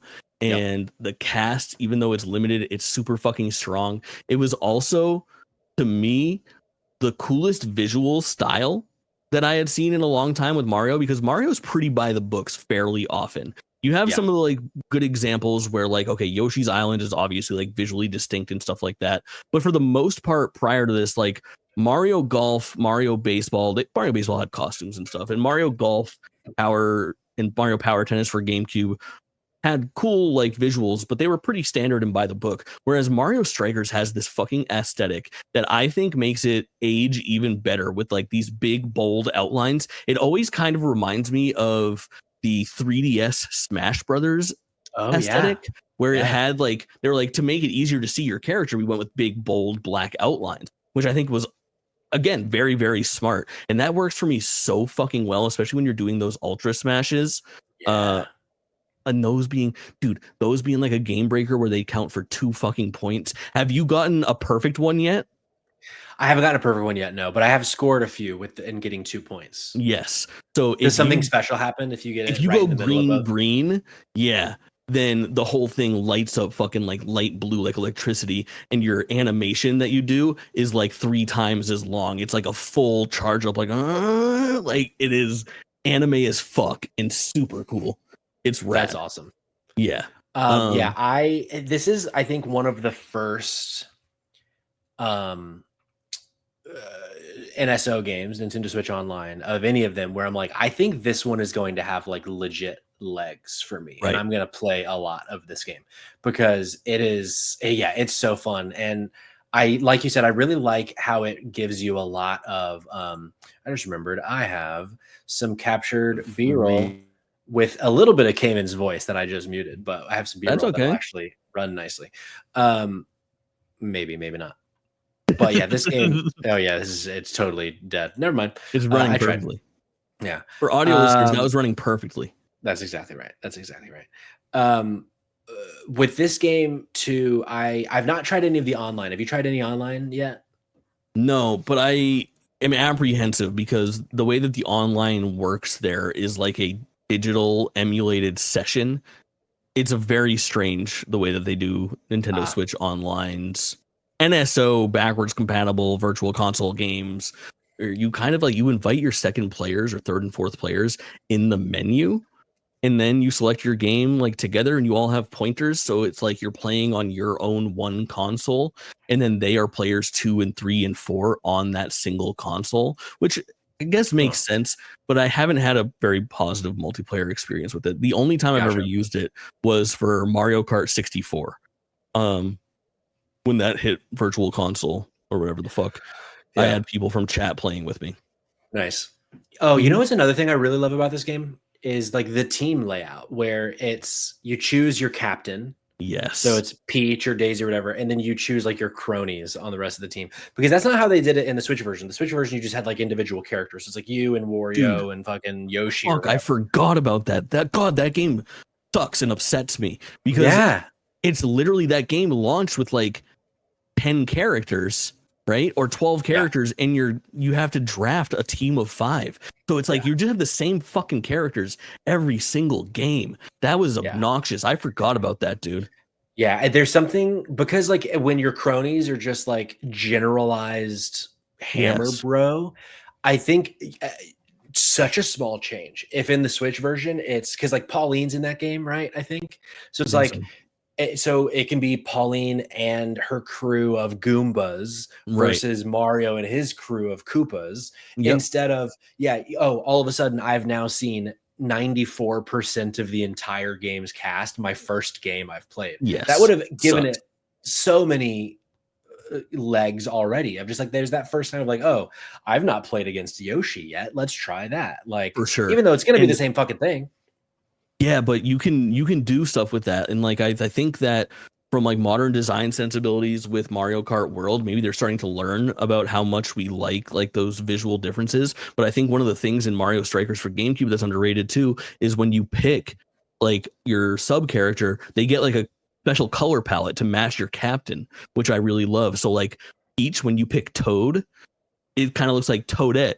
And then when you took Yoshi and then Birdo as my sidekick, and Birdo was fucking blue, which is so sick. Like, having a little bit of that visual flair, I think, is important. And then Mario Strikers Charge, I remember not being that bad. Okay, so here's the thing about Mario Strikers too.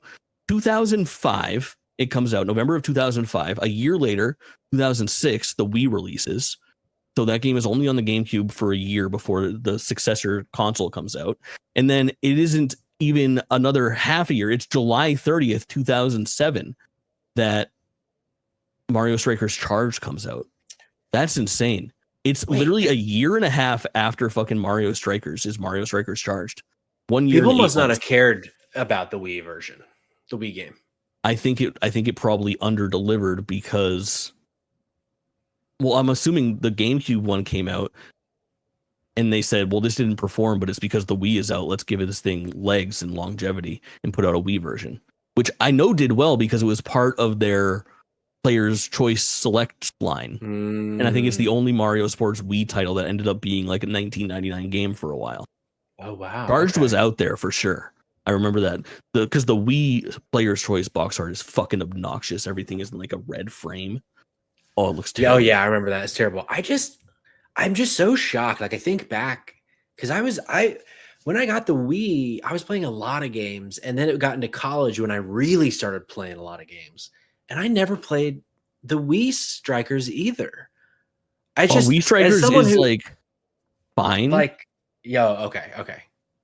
It's not as good. People are pretty hot on it. This is arguably, this one is divisive. Like some people will tell you that Strikers is the best. The other person will tell you that Charged is the best. They are very, very similar games. These might be the two games out of any two games in the series that are most similar to each other. Because they are almost fucking there. And there's just a couple extra things that I don't like. I think they tried to add some stuff for the sake of adding stuff. And then I never had a better control experience because at that point, our best option was either a remote and nunchuck or the original classic controller, the dog bone looking one with the non-offset sticks, you know? So it wasn't a very good thing. When you compare that to the GameCube controller, I was playing Mario Strikers GameCube in like 2008 after Charged had come out with friends. Still. Sure. Well, and also with the Wii being backwards compatible, you just throw the disc in there and I'll just play that version instead. God. It's crazy that the Wii had just GameCube controller ports. That's amazing. I know. It's so good. I don't know. I'm just so shocked at myself as being so incredibly soccer pilled. Mm-hmm. And there have been an entire Mario soccer game that I just like didn't know about even. Yeah. I think the Wii one just completely bypassed me. How it's just weird to me. Yeah. I'm excited to see where Strikers goes with Dido, because we are going to need to figure out a stream sooner rather than later. And if we Yeah. can get 3 or 4 people, even if it's just 3 people and we sub out and the other person looks, that's the thing, is like you control how that works. So it's a really good one for spectating in that Sure. form, is using the virtual console. You could technically have somebody in your party who is not an active player. So I Yeah. could easily, you could host it and watch Kayla and I play the first one, and then whoever wins goes against you, and you could still broadcast the Ooh. entire thing. I wonder if I don't remember if we know Kayla's availability. I wonder if we could do it after Spotlight on Tuesday. I don't know about Tuesday. I know Wednesday is an option, and we could possibly do it. Who could tell? Yeah. Selfishly for me, being Tuesday. Wednesday is gonna suck for you. Yeah. But Tuesday will be good for me. Yeah. Because I go out of town Thursday, so Wednesday I think will be a very big like get shit done day for me. For sure. but Let's talk about yeah. Mario and Sonic at the Olympic Games as a whole, because I don't really like those games. I remember liking, fine. Not like I wasn't a huge fan of the first Wii one. Were there any before the Wii? No, the Wii was the first one. Yeah. It was just called Mario and Sonic at the Olympic Games. I liked it fine. Yeah. Because I remember you had mentioned Nagano, the 1998 Olympics, because I remember like the old Olympics games were a ton of fun. Like I remember we had 98 Nagano, we had 2000 Sydney. I would bore fucking holes in my hands doing the hammer throw on the fucking N64 controller, just spinning that thing around. But so when Mario and Sonic at the Olympic Games first came out, I was like, oh, cool. That's fun. Let's do a fucking Olympics game again. And I bought it and I was like, oh, this ain't it. I mean, it was fine. I played it for like a weekend or two, and then I didn't play it again after that. Got it. That makes sense. And I don't think I ever played any of the subsequent ones. I think I have a very similar thing where there was a time in the Wii era between like 2006 and 2008 or 9 where like any dumb competitive get up off the couch fucking shake the controller mini game was kind of a blast with friends, like just how you caught me playing Raving Rabbids back in the day and shit like that, because they were just like fun silly games. And it filled a couple nights, but it was like at a friend's house. I don't even think I owned it. And it's such, again, I'm a huge Sonic fan, I'm a huge Mario fan, but like a collection of mini games doesn't do it for me. I want to show you something. I'm not sure if you've ever seen this before. Airing right now on this very channel. You could look at the video version and see the DLC for the Tokyo Games Olympic. It's like the Olympic Games Tokyo had Sonic DLC because it was developed by Sega. Its game came out in 2020, but the Sonic character is not actually Sonic. It's just a man wearing like a Sonic furry suit. It is so fucking weird, dude. That's so funny. I did not know about this. That's so funny. So fucking funny. I did a full playthrough of this and it was absolutely absurd, dude. It is unfucking real. That's so funny. I love the Olympics. It's such a missed opportunity in gaming, I think. Olympics games. I agree. The concept of the Olympics is cool, dude. Like the whole world gets together and just fucking sees who your strongest men and women are. Rad as fuck. Great. Yeah. I like that.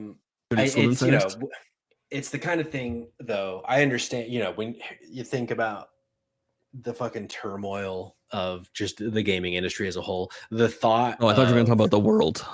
Well, I mean, that too. Sure. But the idea of creating basically 32 different video games, because almost none of them are going to work the same. So it's like, it's probably not worth it in terms of an investment, man. But I feel like you could corner the market if you made like a fucking ski shooting game. Like, are there any where you do like the cross country thing and then fucking pull out your rifle and smash a couple of targets and then you start skiing again? Like, I would play that. I would play a standalone game like that if it was fun. Yeah. Curling, Oh come on. God. Shuffleboard, but cool. Yeah. Unreal. God. The Mario Sports games, Mario Sports Mix and Mario Sports Superstars. Do you know anything about these? No, I don't think so. I think I know that they exist, and I think there's something weird about them. So the Mario Sports Mix is a Wii game, and it spawned off of Mario Hoops 3-on-3 basically. So Mario Hoops 3-on-3 came out for the Nintendo DS, and it was, interestingly enough, developed by fucking Square Enix. And in that game, you were playing, like a DS style basketball game with a touchscreen. It's not very good. It's generally not good.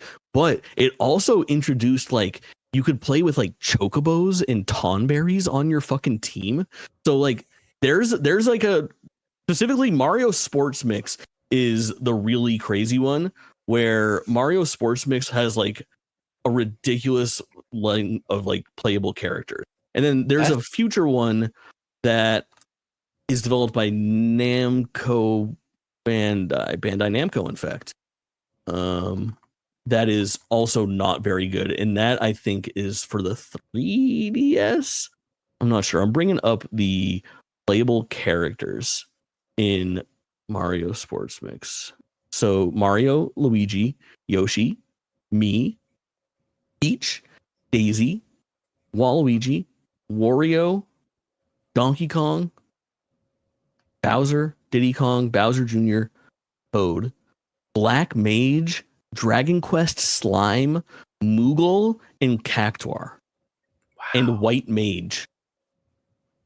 Isn't that wild? Wow, that is crazy. That is so shocking, because it takes a lot for Mario to let anybody in the house. For sure. I mean, Mario and Sonic is fucking crazy. Dude, it's a little bit of a crime that that's our only. Yeah. Like if we've got that far, that's what I keep on fucking thinking about, man, is like, how did we only make these like relationships seemingly one and done with Smash Ultimate? How did this only happen once with Mario and Sonic, and only through the Olympics for all those years? You fuckers were in cahoots. How did you not have a platformer starring Mario and Sonic? It's just the most logical thing in the world. I bet it's just that's too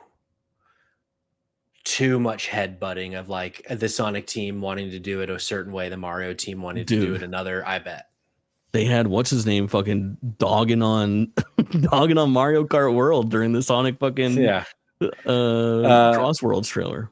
Coalmine's about to go get his DS and pop in some Mario Sports Mix and 3-on-3 right now. We are inspiring the people, but he says he has a bootleg copy that can't connect to the internet to play multiplayer. That's funny. Jirok Forever asks, did anyone out there get really into Rocket League on the Switch? I tried it, but wasn't very good at it. I got really into Rocket League on the PS4 when it very first launched. Yeah. And I played a lot of Rocket League at the very, very, very beginning. Very dope. Because like as a soccer boy, I was like, oh, this is cool. This is a fun like twist on soccer that's unique and has like a new kind of spin to it.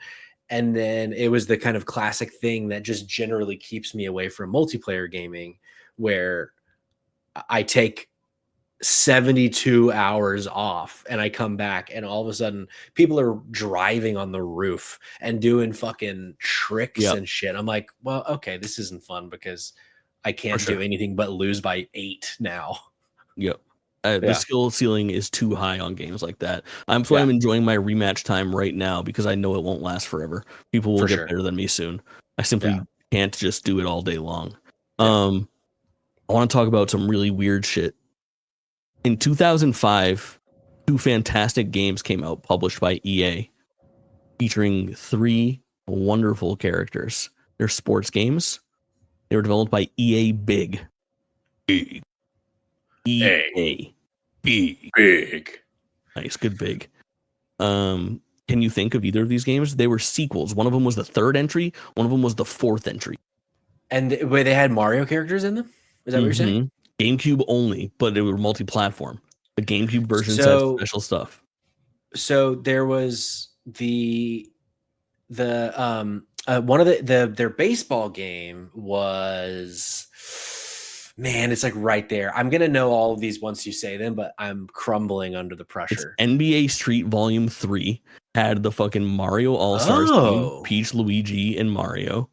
And they fucking did ill dunks and stuff. NBA Street 3 is arguably the weakest NBA Street, unfortunately, but it's still very cool. And when I go back and play that, it is 1000% on Dolphin with the Mario characters. Like, I think it's a cool way to enjoy that game. And it's very funny. Like, it's crazy to see like Peach fucking square up with fucking Carmelo Anthony and then yoke down the craziest dunk you've ever seen. It's fucking rad. The other one is SSX on Tour, which is a fucking great fit as well. Mario and Luigi snowboard Peach on skis, which is sick. How have we never gotten a fucking Mario snowboarding game?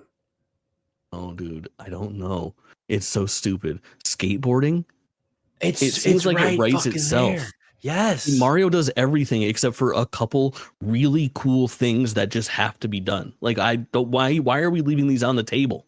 Yeah. I mean, I know you and I know High Score Weekly are my fellow snowboard kids fucking sickos. Oh my fucking God, I love snowboard kids. Give me a fucking just snowboard kids reskinned with Mario characters. I know. Easy. Oh my God. Was there a cooler fucking character than the main character of Snowboard Kids with the spiky hair? No, I don't know his name. I don't remember his name either. A fucking black outfit, huge nose, massive honker. Massive fucking schnoz. Yeah. Love that guy. For sure. Fuck. Did you ever play? I have played it one time. Bought it used for like $7.99. But there's Snowboard Kids 1, Snowboard Kids 2, both 64 games, both 10 out of 10 classics. And then there's like a fucking DS game called SBK Snowboard Kids that's supposed to be like a grown-up version of them. Plays nothing like the other ones and is generally bad. Yeah, it sucks. I had no idea. A travesty, a fucking SSX travesty. Blur type situation. But I think those are cool little additions. Listen, on this fucking list of sports. Wait. What was the third one? You said SSX NBA Street Volume 3. Just 2. Oh, there were 2. I misheard you. 3 characters, I think. 3 characters. Got it. Pinball games is listed here. You consider pinball a sport, my friend? I don't. No, me either. But Mario Pinball Land is listed here, and that game kind of rips. I want to stream that really bad. The only knockoff pinball game I know is Sonic Spinball. Ooh, baby. You know I'm in on Sonic Spinball. Always and forever. It's good. What's that game? Yoku's Island Express. You know this game? Yes, I know it, but I don't know a single thing about it other than. Do you know it the same way that I know it? Is that it's always like one of the best sellers, and it's always like $2 on the Nintendo eShop? Because I fucking I've scrolled by that game 1,000 times. But apparently, it's like a pinball platformer and pretty good. Huh? I should look at that game harder. Yeah. Dude, they have SSX on Tour is qualified as stunt sports, which is good. There's only one last Mario sports game, and Patrick, you better consider this a fucking sport. Oh boy, dancing. Oh yeah, easy sport. I'm not an easy sport. No. Easily a sport. There's a Mario dancing game. Dance Dance Revolution Mario Mix. I had no idea. Yeah. First party published, fucking comes with the dance pad. It is crazy. You should look at some fucking video for that because goddamn, it's got like a whole story mode where Mario has to fucking dance to the jams and shit. It's actually unfucking believable. Are you bringing up a video for it? No, I'm asking the chat. I'll say it with my voice. Is Jake's mic popping for y'all at all, or is that like my headphones thing? That might be a my headphones thing. Let us know if Jake's mic. Let us know if Jake's microphone is bad. It is popping. Mine says yes. Has it been doing it the whole time? Not the whole time, but it has been doing it long. I should have said something a while ago. Right. All right. Well, it's too late now because we're ending this real soon. Yeah. It's not horrible, but it is noticeable. Well, I'm sorry about this nightmare. Coal Mine says 70%. I didn't notice it until like 40%. Good. Excellent work. Speaking up, chat. Patrick. Yeah, that's on me. I That's was all having right. I was having headphone issues earlier, so I just chalked it up to that. I should have spoke up. What can you do? What can you do? Win some, lose some, I suppose. Check this out, dude. What do you think of that? What do you think Wait of a that? You're second. doing that on a dance pad. You're doing some fucking up, right, left downs. Bro, I would have been all in on this if I knew this existed. It's so cool. And you dance to classic fucking Nintendo songs traditionally, but they have like a story. Like Mario's breaking it down on this ship with Toad right now in Yeah, the Mushroom Kingdom. There's cool that's stuff awesome. going on. Look at these visuals. This game is fucking sick. This has to be played at some point. Yeah, I would love to get in on this. Did you ever play Flash Revolution? It was the Flash based Oh, where you just use the keys? browser version of Dance Dance Yeah. Revolution. Yeah, I played that so Absolutely. much in school. It was one of the few like non-cool math for kids gaming sites that anyone had found. So we'd play a fucking Darude Sandstorm on FFR. Sick as hell. Yeah. Darude Sandstorm. Yeah, dude. Very good. Very good. Excellent. Excellent. Well, hey, we talked about all the Mario sports games. What do you think of that? Yeah. I'm a little disappointed in myself for having not played as many as I thought I had. And that's You got a because nice- I learned I have a nice mix, but I learned about so many games I had no idea existed. Before the Yeah. show, I would have been like, I've played all of them, but like one. Turns out I've played all of them, but like 14. With all of the ones that I mentioned to you, I think for you specifically, knowing your habits, at the end of this show, I recommend you checking out 3 games. Okay. 1 and 2 are the Mario Golf games for Game Boy Color and Game Boy Advance. I think the Game Boy Advance one is generally very good as well and probably holds up a little bit better than the Game Boy Color one, so that might be the way to try it. The other one is Dragon Quest XI S, which has nothing to do with the actual topic. Great. But you said those first 2, those are on NSO? I don't think the Advance one is, but the Game Boy Color one is. Okay, I'll check it out. Yeah. I don't know. Hell yeah. Dude, Mario Well, Sports. They go together. So sick. Like So sick. peanut butter and jelly. And bread. And bread. Oh God! Throw a little peanut butter on one slice of bread. Fold it in half. Put a little peanut butter on a second slice of bread. Fold it in half. You got 2 mini peanut butter sandwiches. Yeah. And you don't have that awkward knife situation where you really want to get that knife completely clean before it goes into the jelly. You peanut butter first? You know, I am. I actually made a peanut butter jelly today for the first time in a long time, and I was thinking about what I did, and I did peanut butter first because you do the peanut butter first on the one slice of bread, and then you use the second slice of bread to get the rest of the peanut butter off. Peanut butter off. Yep. And then you get jelly on top of the peanut butter smear, the leftovers. Yeah. Because what someone will never do is open up my fucking fridge, grab the jelly, open it up, and have a little fucking smattering of peanut butter in there. That'll never happen. Ooh, dude, I am a crazy person when it comes to like keeping liquid foods, I guess, or like jarred things. Like I try to keep it pretty fucking neat around the sides with my jar of peanut butter, you know? Or like if I'm eating ice cream, like a Ben and Jerry's, I'm whittling down in a fucking circular motion and keeping flat tops for next time, you know? Sure. Oh yeah, I know.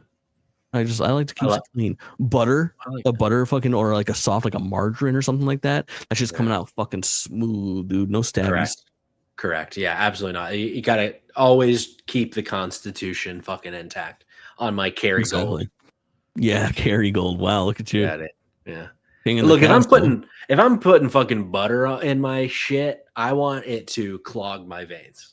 Dude, so here's my toxic trait is I'm a big name brand boy for most things that I eat that are ready to eat.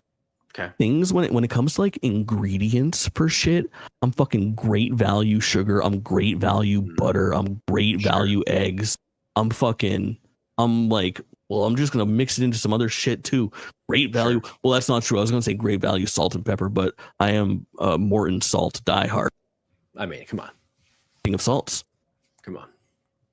This has been drop in, drop out. I do want to address before we go. Cognitive Clips in the chat says, I was looking at Steam sales and asked myself, what would Jake get? But my kids play games on this laptop. Someone exclamation point kids for me. So that nixed that idea. Went with Disco Elysium instead.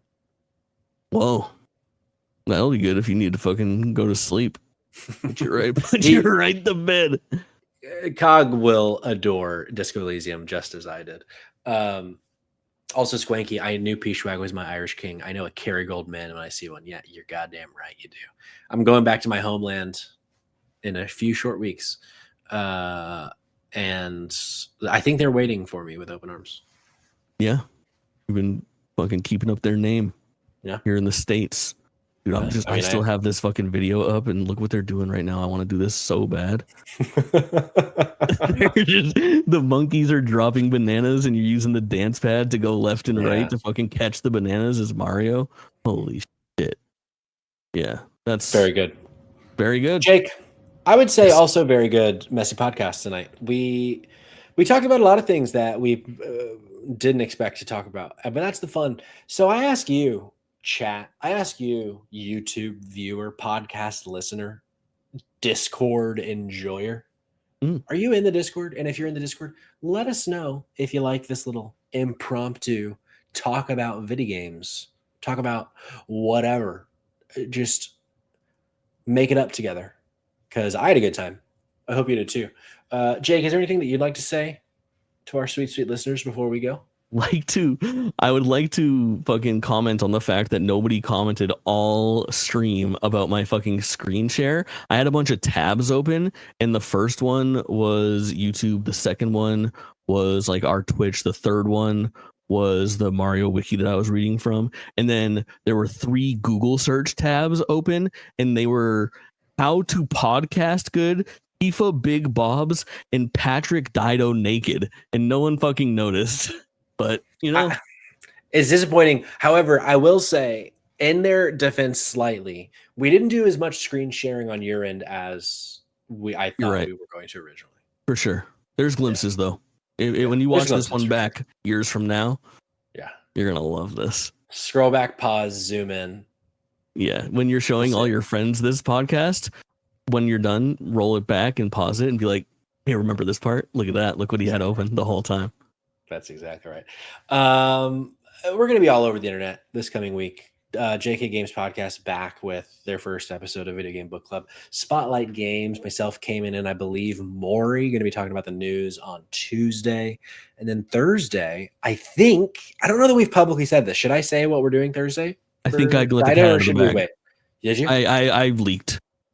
Okay, it's been leaked. So we can soft launch that we are bringing back Save Trash Cinema again this Thursday on Drop In, Drop Out. Came in back in the host chair.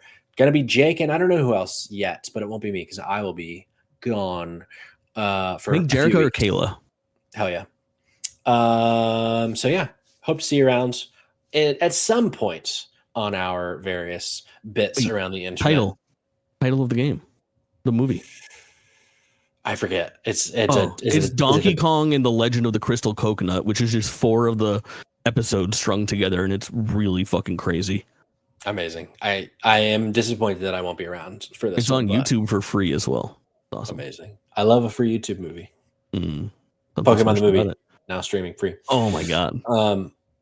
Serious Shard, listen, I'm playing Death Stranding right now while listening to your sexy voices. You'll love to see it. Be like Turok forever. Join the Discord. He just joined. He says it's a good community. Thanks, Turok. Dropindropoutpod.com to join the Discord. Easy. You click a link. You say accept. You make a bunch of new friends right there. Ba-boom. Thanks for being here, y'all. I had a good time. I hope you did too. We will see you next time. Bye-bye.